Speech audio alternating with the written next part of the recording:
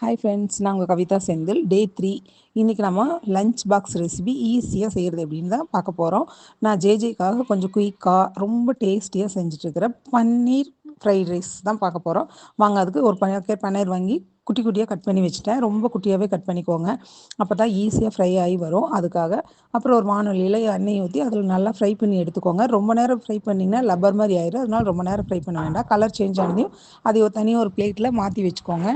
அதுக்கப்புறமா அதே வானொலியில் இருக்கிற எண்ணெயில் கடுகு, கடலப்பருப்பு, உளுந்தம்பருப்பு 3யும் போட்டுட்டு ஒரு 5-6 பச்சை மிளகா போட்டுக்கோங்க. ஏன்னா காரத்துக்கு பச்சை மிளகா மட்டும்தான், நம்ம வேறு எதுவுமே யூஸ் பண்ண போகிறதில்ல. வெங்காயம் போட்டுக்கோங்க. அப்புறம் முட்டைக்கோஸ் ஒரு கப்பு போட்டுக்கோங்க. இது முட்டைக்கோஸ் கம்பல்சரி போடுங்க. முட்டைக்கோஸ் அவ்வளோ டேஸ்ட் கொடுக்கும் இந்த சாப்பாட்டுக்கு. அதனால் முட்டைக்கோஸ் போட்டுட்டு மொத்தமாக நம்ம சாதத்துக்கு தேவையான அளவு உப்பு போட்டுக்கோங்க. உப்பு போட்டு நல்லா ஃப்ரை பண்ணி விடுங்க. அது ஃப்ரை ஆனதையும் நம்ம வடித்து வச்ச சாதத்தையும் எடுத்து உள்ளே கலந்துடலாம். வடித்து வச்ச சாதத்தை உள்ளே கலந்துட்டு சைடில் நம்ம ஒரு 3 ஸ்பூன் நெய் ஊற்றி அதில் வேணுங்கிற அளவுக்கு முந்திரி, எவ்வளோ வேணுமோ அவ்வளோ முந்திரி. குகன் முந்திரி நல்லா சாப்பிடுவா, அதனால் நான் தாராளமாக முந்திரி போட்டுட்டேன். நீங்கள் உங்களுக்கு எவ்வளோ வேணுமோ அவ்வளோ போட்டுக்கோங்க. அப்புறம் நம்ம பொரிச்சு வச்சுருக்கிற பன்னீரையும் எடுத்து உள்ளே போட்டு ஃபைனலாக கொத்தமல்லி தழை போட்டோம்னா ஃப்ரைட் ரைஸ் சூப்பராக ரெடி ஆயிடுச்சு. பன்னீர் ஃப்ரைட் ரைஸ் ரெடி ஆயிடுச்சு. இது ரொம்ப டேஸ்டியாகவும் இருக்குது, ஹெல்த்தியாகவும் இருக்கும். குழந்தைங்க விரும்பி சாப்பிடுவாங்க. நீங்களும் மறக்காமல் இதை செஞ்சு பார்த்துட்டு கமெண்ட்டில் எப்படி இருந்ததுன்னு சொல்லுங்கள்.